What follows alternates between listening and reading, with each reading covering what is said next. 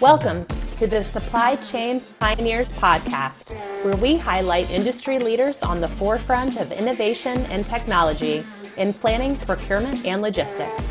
Hosted by your supply chain pro to know, Ulf Venn. Yeah, David Thornewill. Well, I joined a company called Motorola in the supply chain area. Supply chain is absolutely essential for the economy and the world economy. 2018 became Group CISO for Deutsche Post DHL.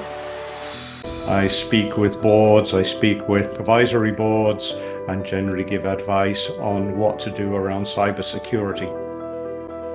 But many of the lessons learned from supply chain are applicable to the IT function as well.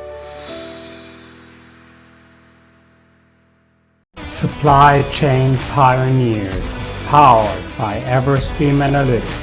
Everstream gives you the predictive insights and analytics to make your supply chain faster, smarter, safer, and leaner. Go to everstream.ai to book your demo today. Hello, everybody, and welcome to a new episode of Supply Chain Pioneers. And today I'm with David Thornewill, who is a board-level cybersecurity executive, former DAX CISO and CIO, and also an advisor, coach, and mentor when it comes to the topic of cybersecurity risk. Welcome, David. Morning, Ulf. So as we always start, it would be great for you to give us a short introduction of the person that is David Thornewill. Yeah, David Thornewill. Well, I was born in the UK a long time ago, in the 50s, grew up in rural England, went to the same school as Isaac Newton, that's a claim to fame. Moved to Germany in 77, where I studied in Munich, and eventually joined a company called Motorola. I'm sure many people have heard of it, in the supply chain area.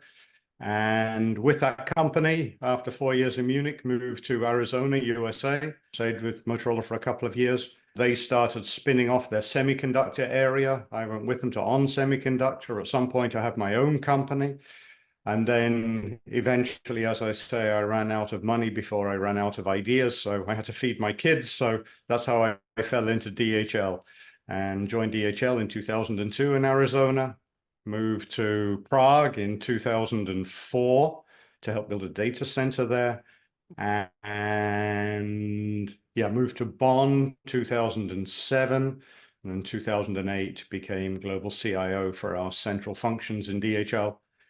And then did that for a number of years, and in 2018 became Group CISO for Deutsche Post DHL, and did that until I retired at the end of last year. And since then, I've been working as I've been retired, cooking a lot more, doing a lot more sports, doing a lot more with my wife, but also every now and again, I speak with boards, I speak with supervisory boards, and generally give advice on what to do around cybersecurity, especially the non-technical side. So what needs to be done to make companies resilient, what other functions other than IT can do, procurement, for instance, or the finance function or the HR function. And there's a lot they can do to help defend the company and be in a position to react in the case of an attack. So yeah, that's what I'm doing, and keeps me healthy and honest, I think. Yeah, and we're going to deep dive in all of that in the next couple of minutes. So let's directly get started at the start and at the end of your career, which is not the end of your career because now you're doing advisory, but let's say the what people would call the everyday working hours 9-to-5 job career. So you started in supply chain, and then you ventured into other areas in the business to eventually come back to the biggest logistics provider in the world. As this is a supply chain podcast, what does working in supply chain mean to you from a personal level? It's really exciting. It's one of those functions that perhaps isn't at the top of a list for a career. I mean, it's not, one of the traditional things that one thinks about, perhaps starting with train driver, going over doctor and accountant and so on and so forth. But it is absolutely essential for the economy and the world economy. Goods need to be moved. When I started with Motorola, I was working, as I say, manufacturing semiconductors, where we would our wafers in Scotland and France, ship them over to Taiwan and the Philippines for assembly, ship them again to Korea and America for testing, and then put them into distribution warehouses, from which point they needed, moving on to the end customers and OEMs in a timely, just-in-time manner. It was very interesting in the 80s and late 80s, early 90s, going through some of those transitions as, things like lean and JIT and all of these things became fashionable and interesting. Exciting area. Yeah. I think people are still talking about just in time today, right? Yeah, exactly. I mean, it's interesting to hear some of the conversations and know some of the original publications that came out in the 80s and 90s, and people talk about it today as if it's the new thing, and it's not that new. Yeah, it definitely isn't anymore, but it's still, yeah, it always depends on the industry, I believe, right? You have forerunners and then you have people that come a little bit later. So it's definitely something people are still adopting today, although it's probably 30 years old by now. Yeah, one of the things that has been really interesting is I started not in the IT function, and then eventually when I joined DHL, moved into IT. And many of the lessons learned in manufacturing, or indeed for a while I was in the finance function, but many of the lessons learned from supply chain are applicable to the IT function as well. But many people in IT have grown up only in an IT environment, and so haven't been exposed to, things like lot size of one. And so it's new to them, right? Yeah, no, that's super interesting, actually. We will talk about this a little bit more later, but let's first start coming from your personal journey. And you have started working as a CIO in 2008, which personally I find to be very groundbreaking, because I didn't have the feeling that in 2008, cybersecurity and information security was such a big topic globally. And it actually, if you look at the Allianz Risk Barometer, which from a risk perspective is the most known source, I think, globally, it only became a top 10 risk in 2014. So you were 6 years ahead of the curve. Yeah, not quite 6 years ahead. Actually, in 2008, I was a CIO and focused on trying to become a CIO and learning that.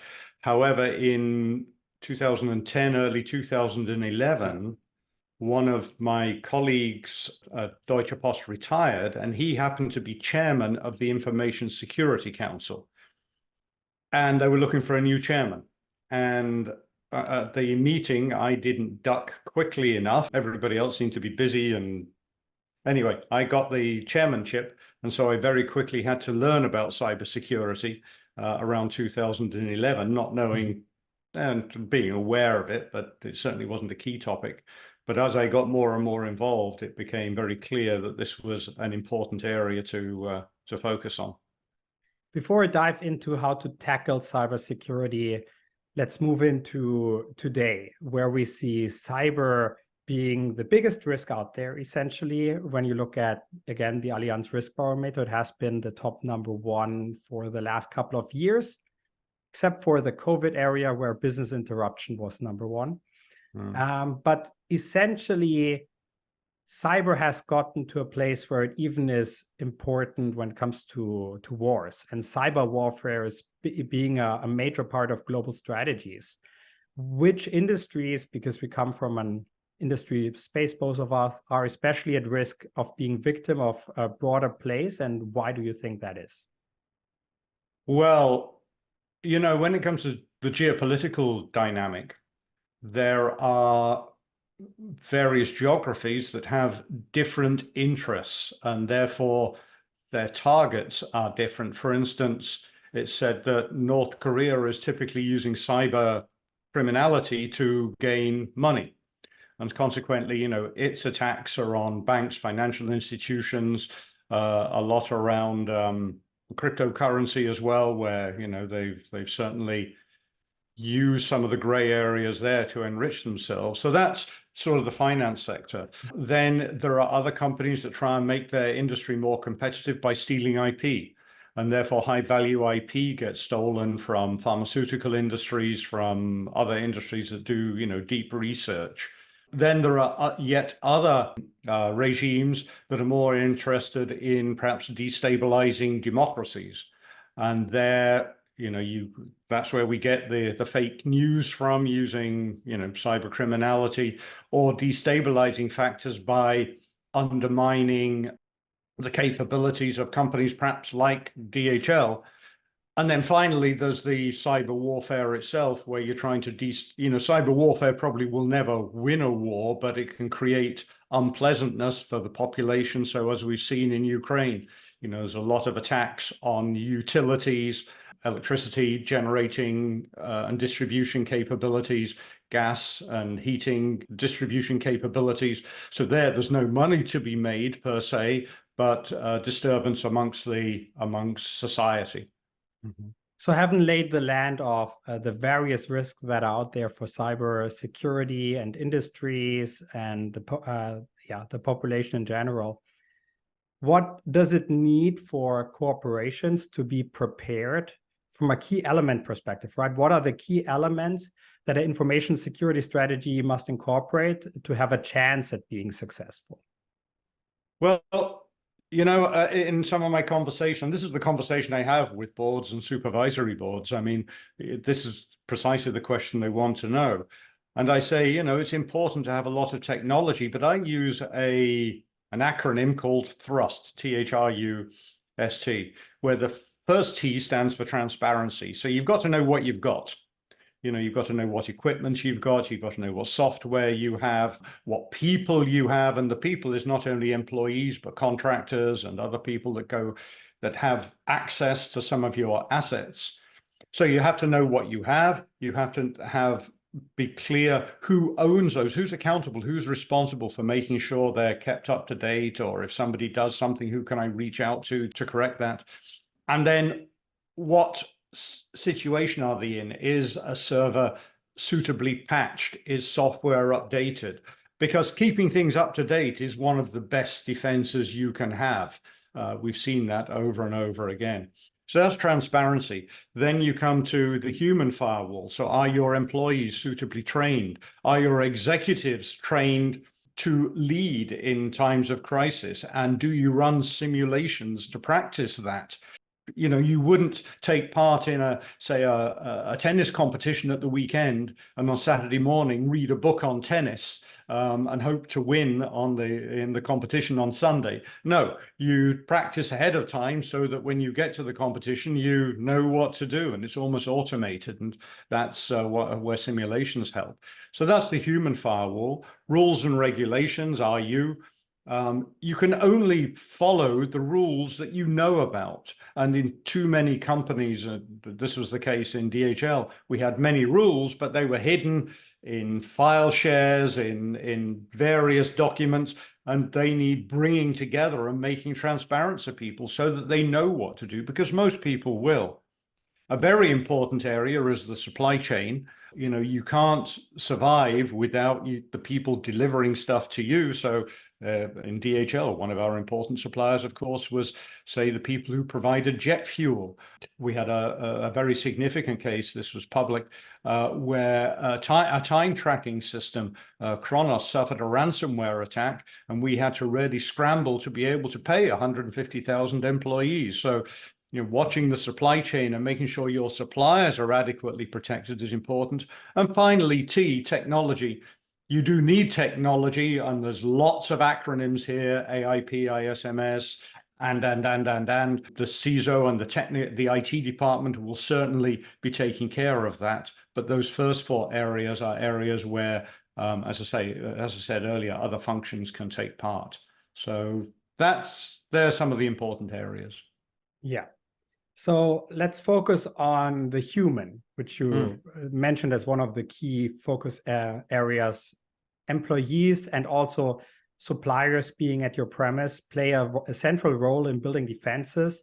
And cyber risk is actually constantly changing, so people have to be retrained all the time.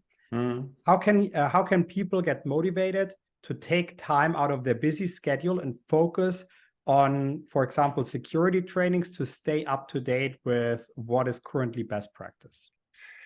Perhaps a couple of things to think about. One is to make training relevant and understandable. So training starts a lot earlier than the actual training session. It starts with awareness. Okay, there's something coming. This is why. And education as to, why we're training people and what they can then do with the training. Training is itself actually the third step. And then you have to, once you've done the training, as I mentioned earlier, you have to then test whether that training had an effect. So with simulation. So in one area, we did a lot of, people can do a lot of, say, phishing simulations. I mean, phishing is one of the major channels that malware gets into a company. You can do other things as well, such as another way that people get into companies is social engineering, and you can do what's called vishing, so voice phishing. So you can randomly call people up and see if you can get information from them or get access to the system, and then make it clear to people how easy that is. So it's a case of awareness, education, training, and then practice. And then from that practice, you gain observations, lessons learned, and then you can go and tweak whatever you're training as well. I actually do remember, I have to reveal something now. I'm very serious about cybersecurity, and I take these trainings very seriously, but I was traveling a lot at one point in time, and I haven't done my training in time, and I was threatened that my mails get shut off in DHL. Yeah, that's one of the things we did. An important aspect is to make it interesting and, a little bit joking. So we had at DHL, we had this Atavar called Paula that everybody knew, and she was persistently in the media, on the websites, in various printed channels and whatever, and would give people tips. But sometimes you need that sort of the carrot, but sometimes you do need the stick. And like you say, if people didn't do the required trainings, then email got shut off. And that went all the way up to the board level as well. But we had a lot of support from our then CEO, Frank Apple, who was adamant that people would do the training. He said he took time out, and if he could take time out, everybody could take time out. So. And in all fairness, I found that to be an ingenious move. So I was very impressed by the commitment to cybersecurity personally, and I felt much better about it. And for me, it was really just, I traveled and I kind of messed up essentially. So I'm spoiling here. I did a failure once, but this is an important topic for me. That's also why we picked it for the podcast. But in towns, we're supposed to drive at 50 kilometers an hour, and I know not everybody does. In fact, I've been known to drive a little bit faster than 50 occasionally. But we have speed checks and speed fines, and not everybody, every time they do something wrong, gets a fine, but there's enough of a presence out there that makes people stick to more or less 50 kilometers an hour, and such it is with mandatory trainings as well. You don't have to penalize everybody, but once it starts spreading around the gossip, the talk, the water cooler chats that there are some sanctions, then people get on with it and do it. And so we had a compliance rate of 99-point-something%. It was pretty impressive we had 600,000 employees, but people who had to do this regular online training, that was about almost 300,000 folks. So we're pretty proud of that.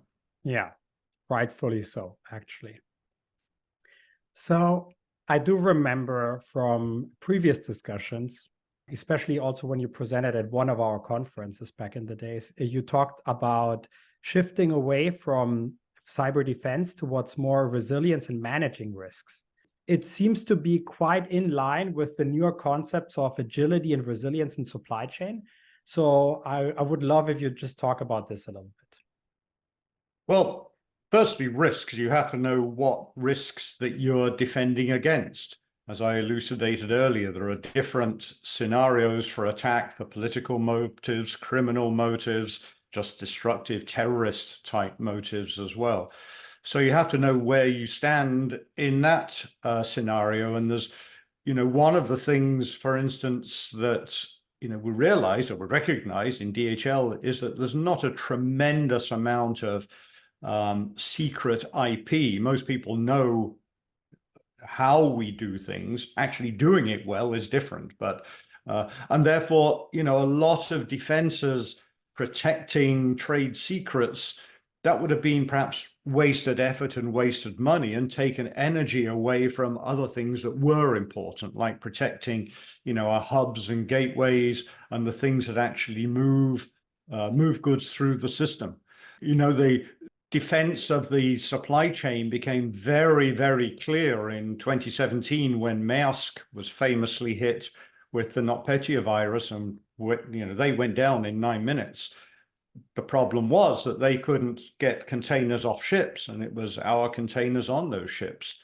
Equally, TNT was hit as well. And the problem there was all of the people who couldn't send their shipments with TNT sent them with DHL, which sounds like that's great, that growth in business. But the influx was so large that it created service problems. Our hubs gateways were clogged up for a few days because of that sudden influx. So yeah, you've got to know exactly what risks you're facing so that you can defend against those, and so that you can measure as well, if I invest X, I get return Y, and that reduces my risk to such and such. And that's important, A, to know how to quantify and state those risks in the risk log, which has to be published.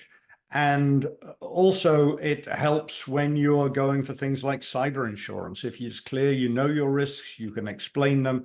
Insurers understand those as well and can give you credit or indeed charge you for the risk they have to cover. So risk management is extremely important.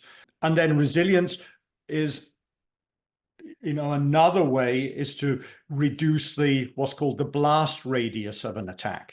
You can do that by things like network segmentation, making smaller cells of computing assets that don't directly communicate with each other, so that if somebody breaks in, they might create damage in one area, but that doesn't spread to the whole company immediately. So there are things like that. And then, of course, as mentioned, in the case of an attack, the executives need to lead the company, but they need to know what to do. You don't want to be making up, oh, let's try this now in the middle of an attack. You have to act too quickly. And so it's important that, as I mentioned, that you simulate attacks and that the senior executives take part in those simulations, which in the early days wasn't necessarily the case, but later became better and better. So that, as I say, HR knows what to do, knows how to reach out to 600,000 employees and tell them what to do, where to go, make them secure in knowing they will be taken care of. Or the finance function knows what to do in the case of, say, ransomware. Do you pay? Who makes those decisions? How would you pay in cryptocurrency? It's not that easy for public companies to acquire cryptocurrency. So all of these questions should be answered ahead of time so that in the case of an attack, one knows what to do. Pretty cool. I really love that, actually, especially the segmentation for a company the size of DHL with 600,000 employees. That's pretty... It's probably pretty hard to do, and then it's also easier to do because you have the volume and scale, I believe, right? So yeah, I mean, that was one of the things that a lot of the companies I work with now are much smaller than DHL and don't necessarily have those resources, and that's why I share my learnings, because with such a large company, we had the functions and the resources to do some of this development that other companies don't necessarily can't do that development. So it's sort of a social engagement to share the capability.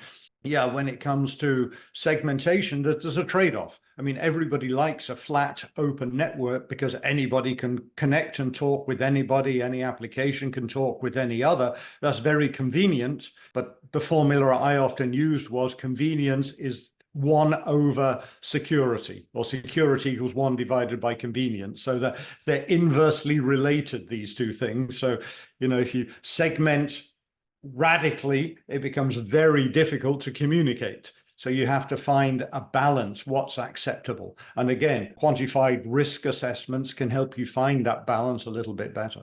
I'm super glad I asked that. Okay. It feels every year, people are talking about the increase in cyber risk and the various challenges coming with that. And actually, in hindsight, every year at the end of the year, I always think that that was actually true, and there's more happening in this space, right? I'm not like following it super closely, but you hear about it every day, every hour. You see another thing happening, especially because I see that happening in our system. So a new game changer is coming up, which is AI. Do you feel that AI is going to change cyber security landscape and then the risk coming with that once again? You already mentioned vishing, which I think that's going to be a game changer. Yeah. Yes, it does grow. I mean, at the end of the day, as we digitalize more and more, all cybercrime is digitalized crime. So, the criminals are doing what we're doing in enterprises as well. It's much safer to rob a bank of a million euros or 10 million euros remotely, sitting in a comfortable chair and just looking at a screen, than it is, going into the bank with a mask on, with a gun, and so on and so forth. So naturally, there's a migration. I mean, one of the benefits that we see is there's a lot less personal crime these days, person-on-person crime, a lot more cybercrime, because it's safer and drier and warmer and all of those things. AI is an important tool for defense as well as attack. It is a tool. Just like any tool, it can be used positively, it can be used negatively. Does it change how attacks take place? Sure. I mean, the criminals use AI to find weak points, to generate very credible phishing messages, or to create profiles of people that are very credible to individuals when using social media. Also to coordinate attacks so that an attack just doesn't take place on a single vector using a single break-in channel, but at many different places at once, trying to confuse the defenses.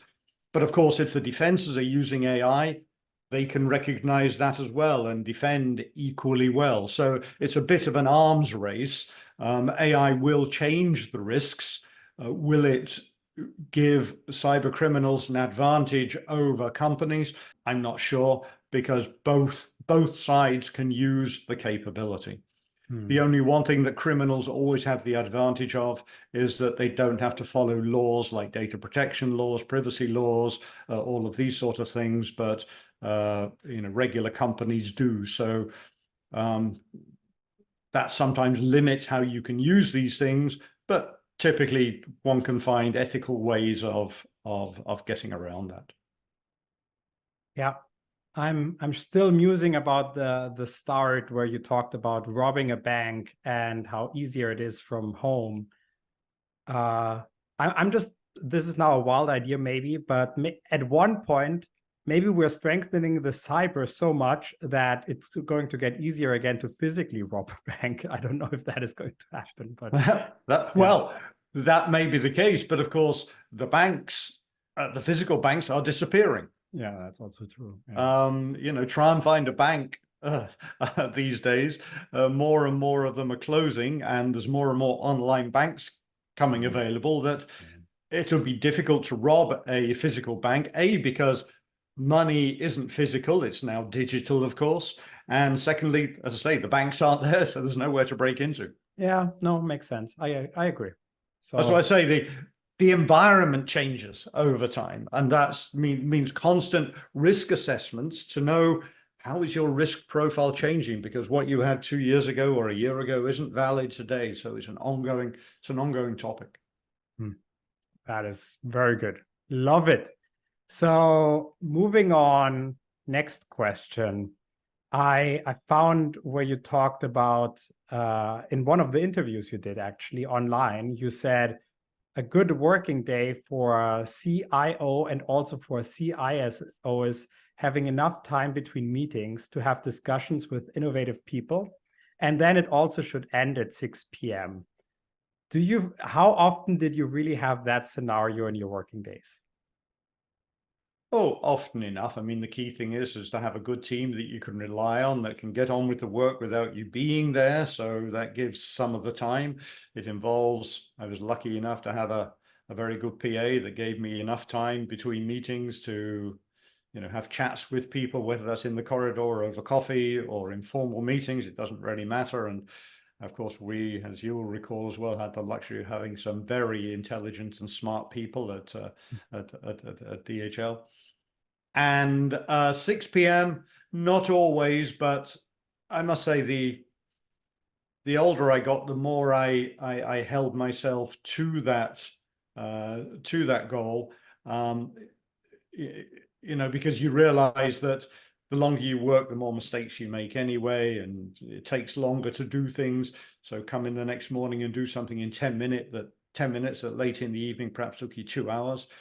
And it's important to have a balance, whether that's sport, whether that's social interaction with folks, and just downtime to reflect and think about other things than work. It's so important.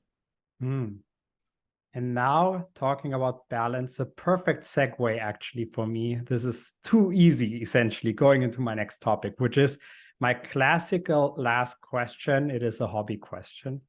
That is, I know you also not only do sports, but play guitar in a band. And I even heard one of your songs. And that's why I have to just ask you, how does the Sultan of Swing describe your journey through your cyber-focused career? Yeah, this Sultans of Swing by Dire Straits. Yeah, it's one of the songs in the set that we do. Yeah, there's a couple of lines in there. The guitar George, he knows all the chords. He doesn't want to make it cry or sing. And that's, important. I play rhythm guitar in the band, which means I'm not the lead guitar standing out in front. I'm not the singer or whatever. But music without the rhythm guitar is somehow flat. So it's an important contribution, not necessarily at the front of the stage in the limelight, but important nevertheless to do it well and keep precise time. And that's sort of been a key thought in my career as well. You don't always need to be on stage in front. Okay, occasionally I have been, but it's important to enable others to shine as well. This is very good. And now I just want to say we're essentially at the end of the show. Thank you for being here. I really appreciated this. This was great and insightful, especially for people that come from supply chain and might not day-to-day work on cybersecurity. I think that was really helpful. So thank you a lot. You're welcome, Ulf. I've enjoyed talking with you.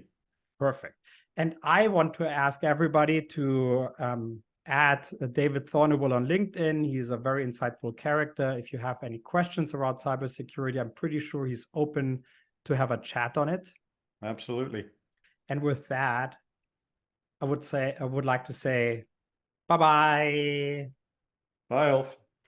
This was Supply Chain Pioneers. Thanks for watching, listening, or however you are enjoying this podcast.